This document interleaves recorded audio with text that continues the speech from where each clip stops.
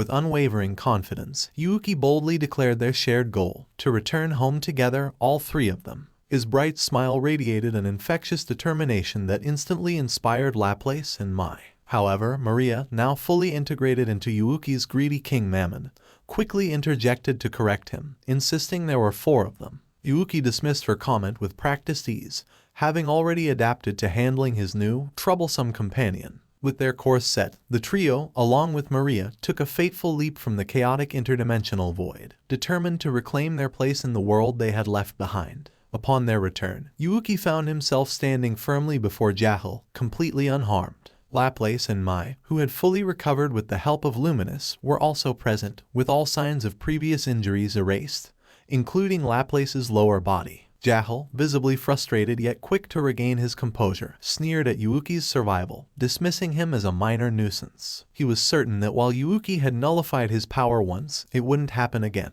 Confident in his understanding of Yuki's abilities, Jahil believed that overwhelming him with raw destructive force would render his defenses useless. Yet, Yuki remained unfazed, countering with a pointed remark about overconfidence leading to downfall. Words spoken from personal experience. Jahil, unfazed by the warning, erupted into laughter and unleashed a massive energy sphere, a pure embodiment of his fighting spirit and mastery over destruction itself. The attack tore through the air with crushing pressure, intended to put Yuki in a desperate, inescapable position. However, in an outcome no one had anticipated, Yuki casually deflected the attack with his left hand, leaving Jahil momentarily stunned. Even Laplace, his ally, was shocked, prompting him to ask how Yuki had pulled off such a feat. With a mischievous smirk, Yuki explained that raw, unenhanced power was nothing more than an invitation for him to steal, a perfect fit for his abilities. Though he appeared completely in control, internally, he breathed a sigh of relief that the technique had worked, acknowledging the crucial role Maria had played in making it possible. Her presence, however, remained a double-edged sword in Yuki's mind, though he made sure to keep his true thoughts buried deep enough that she wouldn't detect them. While Greedy King Mammon was specialized in stealing power, Yuki was well aware of its limitations, especially after his previous crushing defeat at the hands of Velgrund. Learning from past failure, he had refined his approach, ensuring he didn't overreach this time. However, as he confidently taunted Jahil, an unexpected voice interrupted Velgrund herself. Yuki, caught off guard, had unintentionally mentioned her name, unaware of her presence on the battlefield. Her sudden response threw off his rhythm, forcing him to hastily correct himself while internally lamenting that dragons, especially one as powerful as Velgrund, should be impossible to overlook. Aware of her imposing presence, Yuki quickly adjusted his words, downplaying his past failure against her while reaffirming his dominance over Jahil. Velgrund, amused by his flustered reaction, decided to let the slip go, offering him a rare moment of leniency. Meanwhile, Masayuki, observing the exchange, found himself unexpectedly reassured. If even someone as formidable as Yuki struggled to deal with Velgrund, then perhaps his own difficulties with her weren't so unusual after all. Jahil was seething with rage as he realized that Yuki had stolen his power. Unlike before, however, Yuki had refined his approach. Rather than recklessly attempting to absorb all of Jahil's overwhelming energy,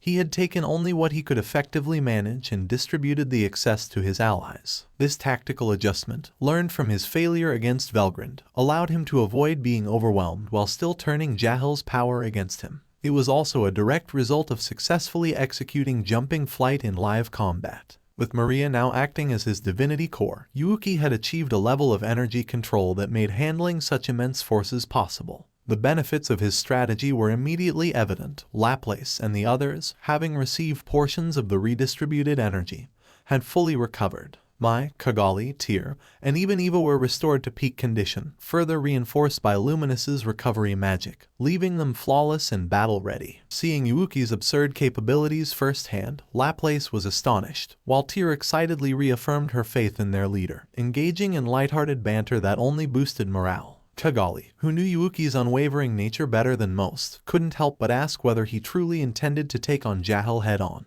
Smiling fearlessly, Yuki made it clear he wasn't just fighting Jahil, he planned to defeat him with ease and end things decisively. Though his words carried an air of bravado, Kagali recognized the underlying truth. Yuki never spoke without intent. Confident in his ability, he had already devised a strategy to take Jahil down within the ebb and flow of their ongoing battle. With his usual playful arrogance, he turned to Kagali and teasingly apologized for stealing her revenge target, But Kagali, fully trusting him, entrusted that grudge to him without hesitation. With a fearless smirk and unwavering resolve, Yuki accepted the responsibility. Thus, the battle between the great Emperor of Magic, Jahil, and the demon Yuki was set to begin, one that would determine the ultimate victor in their clash of power and ambition. As the battle began, Laplace reaffirmed his trust in Yuki, understanding that their victory was what mattered most. With just a glance, Yuki signaled to him, prompting Laplace to take position, ensuring the safety of Kagali, Tyr, Eva, and Mai while also remaining vigilant of the unfolding clash between Yuki and Jahil. However, this maneuver had another strategic layer. Laplace knew that if an attack strayed in their direction, they would be instantly annihilated, but he trusted Yuki to avoid such a mistake. Their true plan was simple: defeat Jahil and retreat immediately. Yuki, ever the schemer, had already factored this into his approach. As observers analyzed the fight, their perspectives varied. Talgurio and Minutes, familiar with Yuki's cunning nature, believed he would not go down easily even if he lost, while Luminous, evaluating the raw power disparity, thought Jahil had the advantage and saw Yuki's decision to fight alone as reckless. Valgrind, however, noticed something different. Though Yuki's energy levels hadn't drastically increased, his presence had changed significantly, leading her to suspect he had honed his techniques to a level that could even bridge the gap between mythic tier beings. Hinata, watching intently, felt conflicted. As a fellow disciple of Shizue Izawa, a countryman, and someone who had once been deceived and manipulated by Yuki, she struggled with unresolved emotions. She hadn't been able to resent him even after his betrayal, instead blaming herself for failing to see through him. His supposed death had left her saddened, but now that he stood before her, alive, she felt both relief and lingering anger. Determined to confront him about their unresolved past, she silently willed him not to lose. Meanwhile, Yuki ignored the observers and moved in on Jahil, launching a swift kick. Jahil, unimpressed, blocked it effortlessly and retaliated with a punch cloaked in superheated flames capable of incinerating anything. However, Yuki crossed his arms and withstood the strike without hesitation. Their brief exchange confirmed Yuki's hypothesis. Jahil's body belonged to Footman, meaning that despite the overwhelming energy it contained, its physical capabilities had not increased significantly. Realizing this, Yuki's eyes sharpened, locking onto his opponent like a hunter setting his sights on prey. Jahil realized too late that Yuki was a far greater threat than expected. His magic, enhanced by ultimate enchantment and Flame King Agni, was nullified by Yuki's anti-skill, an ability killer, while Steel Life absorbed his energy. Frustrated, he regretted not eliminating Yuki sooner. With his magic sealed and energy attacks useless, Jahil had no choice but to rely on physical combat, wielding the Divine Progenitor's blood spear. Enraged, he charged at Yuki, only to fall into a psychic trap. Before he could recover, Yuki struck with a devastating kick, draining his stamina and energy. As Jahil struggled, Yuki pressed his advantage, overwhelming him with relentless, precise attacks, proving the so-called Great Emperor of Magic powerless before him.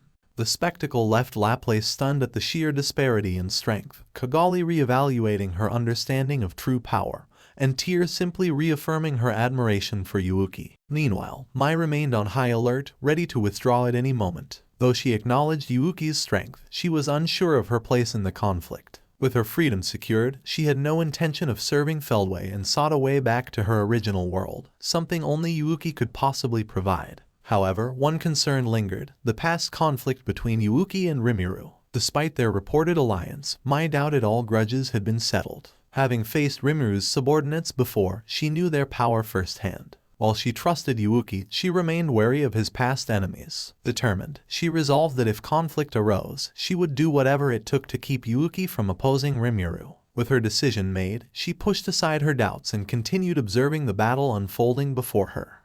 From the sky, Luminous watched the battle unfold with great interest. She had long known of Yuki's schemes but never expected his power to grow this much. Though she resented him for nearly taking Krinoa, she had chosen to heal him, seeing him as a necessary ally against a greater threat. That decision proved wise. Yuki was effortlessly dominating Jahil, the very enemy she feared most. While she believed she could counter Yuki in a fight, facing Jahil would have been riskier due to their incompatibility. Jahil, despite his immense power, had no way to resist Yuki's abilities, making this battle completely one-sided. Pragmatic as ever, Luminous cared only that Jahil was defeated, regardless of who did it. Meanwhile, Valgrind remained unfazed, merely noting she had expected this outcome, while Hinata, still wary of Yuki, continued eliminating enemies and planning her next move.